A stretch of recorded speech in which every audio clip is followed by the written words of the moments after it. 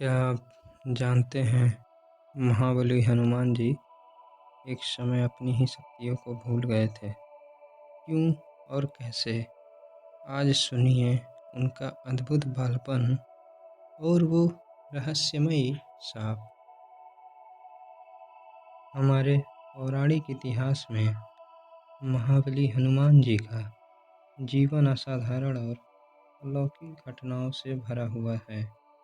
उनका जन्म, उनका बचपन, उनका ज्ञान प्राप्ति मार्ग और उनका साप, सब कुछ इतना अद्भुत है कि मन स्वतः ही भक्त भाव में डूब जाता है। हनुमान जी, जिन्हें पवन पुत्र, केसरी नंदन और अंजनी सुत के नाम से भी जाना जाता है, उनका अवतरण स्वयं भगवान शिव के अंश से हुआ।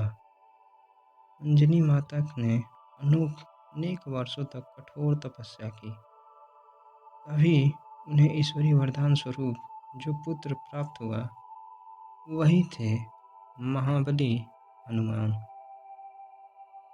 बचपन से ही उनके भीतर दिव्य गुणों का भंडार था। उनका तेज, उनकी ऊर्जा और उनकी शक्ति इतनी प्रबल थी कि सामान्य मानव तो उनके पास खड़े होने मात्र से भी भयभीत हो जाता था। किंतु स्वयं हनुमान जी के लिए यह सब बाल लीलाएं ही थी।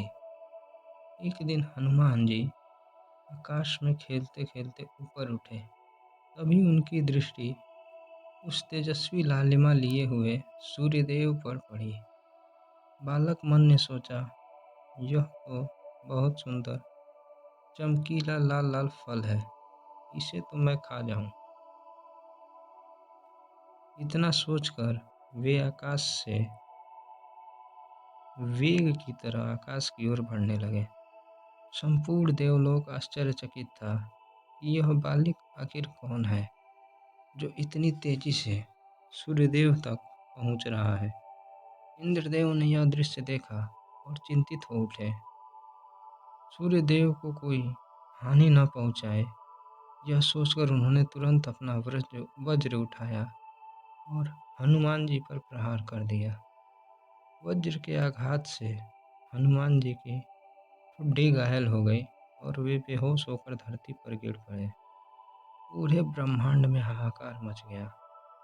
जब पवन देव को पता चला कि उनके बालक पर यह प्रहार किसी अन्य देव ने नहीं, स्वयं इंद्रदेव ने किया है, तो उनका क्रोध सीमा पार कर गया।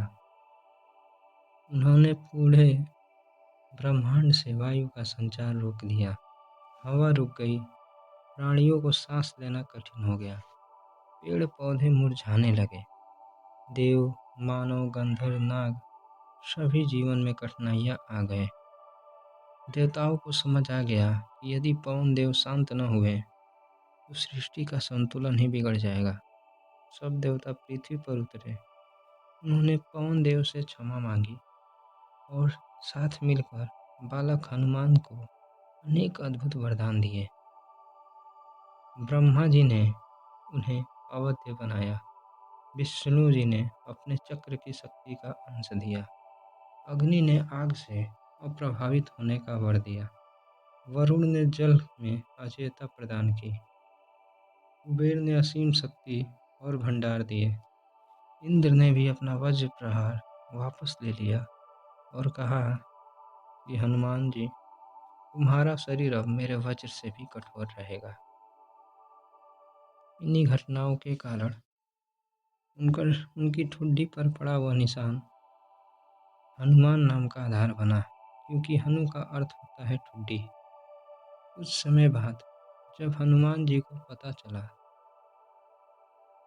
कि संसार में सबसे ज्ञानी देवताओं में सूर्यदेव का नाम सर्वोपरि है, तो उन्होंने प्रण किया कि मैं ज्ञान प्राप्त करूंगा और गुरु बनेंगे स्वयं सूर्यदेव। हनुमान जी सूर्यदेव की ओर उड़े और बोले, भगवान मुझे अपना शिष्य बना लीजिए। सूर्यदेव असमंजस में पड़ गए। वत्स में कभी स्थिर नहीं रहता, अपने रथ पर सदैव आकाश में भ्रमण करता रहता हूँ। तुम चलती फिरती स्थिति में कैसे शिक्षा ले पाओगे? लेकिन हनुमान जी अड़िग थे। संघर्ष उन्हें रोकने के लिए नहीं थे। उन्होंने अपना स्वरूप इतना विशाल कर दिया कि एक पैर पूर्व दिशा के छोर पर दूसरा पश्चिम दिशा की पर टिक गया और सूर्य के समक्ष विनम्रता से बोले, भगवान मैं आपके साथ चलूँगा। भले आप निरंतर चले जाएं, मैं आपके साथ चलकर ही शिक्षा ग्रहण करूँगा। उनकी दृढ़ निष्ठा, समर्पण और विनय देखकर सूर्यदेव भाव विभोर हो गए। उन्होंने कहा, वत्स, तुम जैसे शिष्य दुर्लभ होते हैं, मैं तुम्हें स्वीकार करता हूँ। इसके बाद हनुमान जी सूर्यदेव के साथ चलते हुए उनके रथ के समान वेग से चलकर शिक्षा ग्रहण करने लगे। गुरु के एक एक शब्द को वो मन, बुद्धि और आत्मा में उतार लेते। इस अवधि में हनुमान जी ने वेद, वेदांग, व्याकरण, नीति, ज्योतिष, आयुर्वेद, धनुर्वेद, योग, इन सब का गहन अध्ययन किया। अब उनकी शिक्षा पूर्ण हुई तो हनुमान जी ने गुरु दक्षिणा देने की अनुरोध किया। सूर्यदेव ने कहा, वत्स, जो तुमने जो समर्पण दिखाया है वही मेरे लिए सबसे बड़ी दक्षिणा है। लेकिन हनुमान जी ने विनती की, गुरुदेव, आपकी सेवा किए बिना मेरा मन शांत नहीं होगा। तब सूर्यदेव ने कहा, यदि तुम इतने ही आग्रहशील हो तो मेरी गुरु दक्षिणा यह है कि तुम मेरे पुत्र सुग्रीव की सहायता करना। वह मेरा धर्मपुत्र है, उसे तुम्हारी आवश्यकता पड़ेगी। आगे चलकर यही वचन उन्हें राम से मिलने, सुग्रीव की सहायता करने और रामायण की महान कथा का हिस्सा बनने का मार्ग देता है। बचपन में हनुमान जी अत्यंत नटखट थे। उनके लिए साधुओं की पूजा, यज्ञ, मंत्र सब एक खेल थे। कभी वे धूप की लकड़ी उठा लेते, कभी पानी के कलश छुपा देते, कभी यज्ञ कुंड से सामग्री उठाकर भाग जाते। साधु पहले तो उन्हें देखकर मुस्कुराते, लेकिन समय के साथ उनका दुष्ट सदृश शरारतों से परेशान होने लगे। एक दिन कुछ ऋषि मुनि हनुमान जी की लगातार शरारतों से अत्यंत रुष्ट हो गए। उन्होंने कहा, वत्स, तुम शक्तिशाली हो, लेकिन यह शक्ति का उद्देश्य एक उद्देश्य के लिए नहीं है। इसलिए हम तुम्हें श्राप देते हैं कि तुम अपनी शक्तियों को स्वयं भूल जाओगे और केवल तभी याद कर पाओगे जब कोई तुम्हें स्मरण कराएगा। यह श्राप बहुत बड़ा था, परंतु उसी ने रामायण की एक कथा को सुंदर बनाया।